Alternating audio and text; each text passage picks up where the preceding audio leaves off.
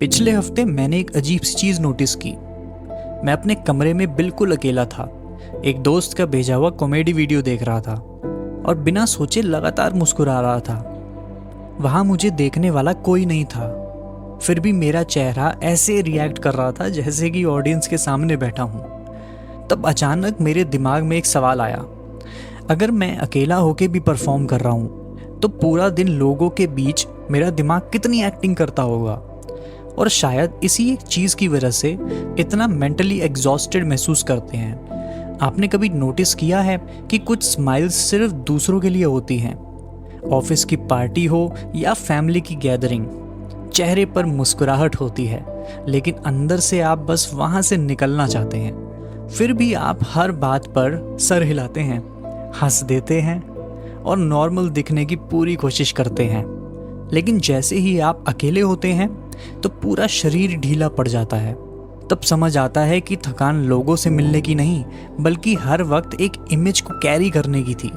और शायद प्रॉब्लम वहीं से शुरू होती है। बहुत बार हम लोगों से मिलते हैं खुशी के लिए कम और खुश दिखते रहने के प्रेशर में ज़्यादा। हर इंटरेक्शन के बाद दिमाग वही सवाल पूछता रहता है, मैं बोरिंग तो नहीं लगा, मैं ऑकवर्ड तो नहीं था, लोगों को लगा तो होगा ना कि मैं एंजॉय कर रहा था। धीरे धीरे हर मुलाकात एक कन्वर्सेशन नहीं, एक परफॉर्मेंस बन जाती है। ये सिर्फ सोशल मीडिया के फेक फिल्टर्स की बात नहीं है, वो तो बस उस प्रॉब्लम का सबसे विजिबल हिस्सा है। असली बात उस प्रेशर की है जो हमें हर वक्त खुश दिखते रहने पर मजबूर करता है। धीरे धीरे हम सिर्फ सोशल मीडिया पर नहीं, बल्कि अपनी रोज की जिंदगी में भी अपनी फीलिंग्स से ज़्यादा उनकी प्रेजेंटेशन पर ध्यान देने लगते हैं। और अक्सर हम उन लोगों के सामने स्माइल कर रहे होते हैं जो हमारा चेहरा देखते हैं, लेकिन हमारी असली फीलिंग्स कभी देख ही नहीं पाते। सोचिए, कोई दोस्त आपको एक मीम भेजता है, आप स्क्रीन देखते हैं, फिर चेहरे पर कोई खास रिएक्शन नहीं आता, लेकिन रिप्लाई में क्या लिखते हैं? भाई हंसी के मारे जान निकल गई।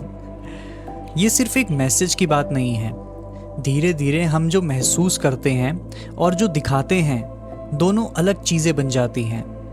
हर कन्वर्सेशन में हम सिर्फ अपनी बात नहीं, सामने वाले की एक्सपेक्टेशंस भी मैनेज करने लगते हैं। अंदर ही अंदर डर रहता है कि अगर हम उतने एक्साइटेड या इंटरेस्टेड नहीं दिखे तो शायद सामने वाले को बुरा लग जाए या माहौल ऑकवर्ड हो जाए। और ये सिर्फ चैट्स तक सीमित नहीं है। ऑफिस की मीटिंग में किसी बिल्कुल नॉर्मल सी बात पर डीपली फैसिनेटेड दिखना हो, या बर्थडे गिफ्ट खोलते वक्त ऑस्कर वर्दी सरप्राइज देना हो, उन लम्हों में हमारा ध्यान उस एक्सपीरियंस पर कम होता है और इस बात पर ज़्यादा होता है कि हमारा चेहरा क्या कह रहा है। धीरे धीरे हम खुशी को महसूस करना कम और प्रूव करना ज़्यादा शुरू हो जाते हैं, और इसी चक्कर में असली मोमेंट हमारे सामने से निकल जाता है। हमने खुशी को एक नेचुरल फीलिंग से ज़्यादा एक सोशल रिस्पॉन्सिबिलिटी बना दिया है। एक ऐसी रिस्पॉन्सिबिलिटी जिसका बोझ हम कभी कभी बंद कमरे में भी उठाए रहते हैं। लेकिन ऐसा होता क्यों है? अगर सिर्फ हर वक्त खुश दिखने की कोशिश ही हमें इतना थका देती है तो उसके पीछे हमारे दिमाग में आखिर चल क्या रहा होता है? साइंस बताती है कि जब हम बार बार अपनी असली फीलिंग्स को दबाकर कुछ और देखते हैं तो हमारा ब्रेन उससे एक स्ट्रेसफुल सिचुएशन की तरह प्रोसेस करता है। साइकोलॉजी में इस पैटर्न को इमोशनल लेबर कहा जाता है। सीधी सी बात में ये वो इनविजिबल मेहनत है जो हमारा दिमाग अपनी असली फीलिंग्स को छुपाकर वो इमोशंस दिखाने में करता है जो उसे लगता है कि सामने वाला देखना चाहता है। शुरुआत में ये कॉन्सेप्ट उन प्रोफेशनल्स के लिए यूज़ किया गया था जहां लोगों को कस्टमर्स के सामने हर वक्त फ्रेंडली और चीयरफुल रहना पड़ता था, जैसे फ्लाइट अटेंडेंट्स या हॉस्पिटैलिटी स्टाफ। लेकिन आज की दुनिया में लगता है जैसे हम सब बिना किसी सैलरी के फुल टाइम इमोशनल एम्प्लॉयज़ बन गए हैं। जब आप सच में खुश होते हैं तो एक्सप्रेशंस नेचुरली आ जाते हैं, लेकिन जब आप सिर्फ खुश दिखने की कोशिश करते हैं तो दिमाग हर पल एक ही चीज़ मॉनिटर करता है, मैं कैसे लग रहा हूँ, स्माइल ठीक है ना, कहीं मैं अनइंटरेस्टेड तो नहीं लग रहा। और यही कांस्टेंट मॉनिटरिंग दिमाग को थका देती है। धीरे धीरे बॉडी में स्ट्रेस हार्मोन यानी कि कॉर्टिसोल का लेवल बढ़ने लगता है, और अगर ये पैटर्न रोज का हिस्सा बन जाए तो मेंटल एग्जॉस्शन और इमोशनल बर्नआउट का रिस्क भी बढ़ सकता है।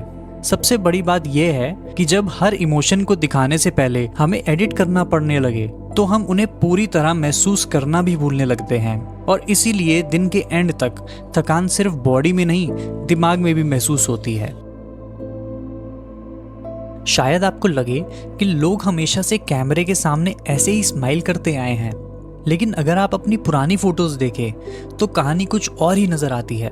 18th और 19th सेंचुरी की ब्लैक एंड व्हाइट तस्वीरों में अक्सर लोग शांत, सीरियस और बिल्कुल नेचुरल दिखते हैं। आज हमें लग सकता है कि शायद पुराने कैमरास की वजह से लोग मुस्कुरा नहीं पाते थे, लेकिन बात सिर्फ इतनी नहीं थी। उस वक्त तस्वीर सिर्फ एक अच्छा मोमेंट कैप्चर करने का तरीका नहीं थी, लोग उसे अपनी पर्सनैलिटी और पहचान का एक परमानेंट रिकॉर्ड मानते थे। इसलिए कैमरे के सामने बनावटी एक्सप्रेशन देने से ज़्यादा ज़रूरी था असली दिखना। उनके लिए तस्वीर का मतलब ये नहीं था कि दुनिया को दिखाया जाए कि आप कितने खुश हैं, बल्कि ये था कि दुनिया आपको वैसे याद रखे जैसे आप सच में थे। लेकिन आज तस्वीर बदल चुकी है। आज सिर्फ कैमरे के सामने नहीं, बल्कि रोज़ की ज़िंदगी में भी एक इनविजिबल कैमरा जैसे ऑन रहता है। हम अपनी बातों, रिएक्शंस और इमोशंस को इस हिसाब से एडजस्ट करने लगते हैं कि दूसरे लोग हमें कैसे देखेंगे। हम नेचुरल दिखने की जगह इम्प्रेसिव दिखने की कोशिश करते हैं। और शायद सबसे इंटरेस्टिंग बात यह है, एक वक्त था जब लोग कैमरे के सामने अपनी असलियत बचाने के लिए बनावट से बचते थे, और आज हम बनावट बचाने के लिए अपनी असलियत छुपा देते हैं। एक ऐसी मुस्कान के पीछे जो दुनिया को सब ठीक दिखाती है, कभी कभी हम अपनी थकान, अपना खालीपन और अपनी असली फीलिंग्स भी छुपा देते हैं। तो इस कांस्टेंट इमोशनल परफॉर्मेंस से बाहर कैसे निकलें? इसका जवाब कोई बड़ी फिलॉसफी नहीं है, बस एक छोटा सा एक्सपेरिमेंट है। अपने हर इमोशन को एडिट करना थोड़ा कम कर दीजिए। अगले कुछ दिनों के लिए जब आप अपने क्लोज सर्कल में हो या किसी नॉर्मल कन्वर्सेशन में हिस्सा ले रहे हो, तो एक चीज़ नोटिस कीजिए, क्या आप सच में रिएक्ट कर रहे हैं या सिर्फ वो रिएक्शन दे रहे हैं जो आपको लगता है कि सामने वाला देखना चाहता है। हर बात पर एक्स्ट्रा एक्साइटमेंट दिखाना ज़रूरी नहीं है।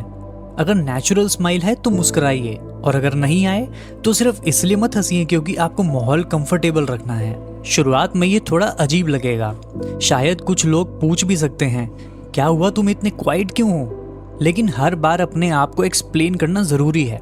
कभी कभी बस इतना याद रखना काफ़ी है कि आप नॉर्मल हैं, बस परफॉर्म नहीं कर रहे।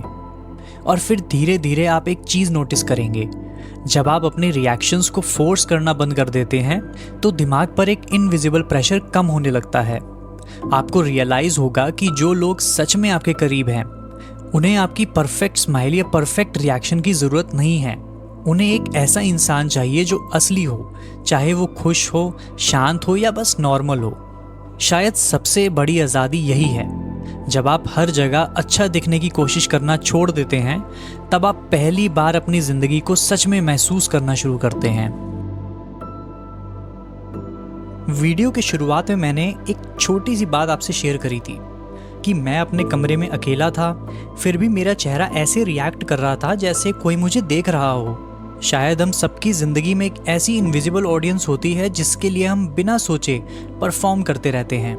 लेकिन सच ये है कि ये दुनिया आपके इमोशंस का कोई पब्लिक स्टेज नहीं है जहां आपको हर वक्त कुछ प्रूव करना पड़े कि आप ठीक हैं, खुश हैं या हर चीज़ एंजॉय कर रहे हैं। आपको हर मोमेंट को एक्सप्लेन करने की ज़रूरत नहीं है। आपको अपनी शांति को बिना किसी अप्रूवल के महसूस करने का पूरा हक है। अगर इस सफ़र ने आपको अपने अंदर चल रही किसी खामोश आवाज़ को पहचानने में मदद की है, तो द इनर रूम में आपका हमेशा स्वागत है।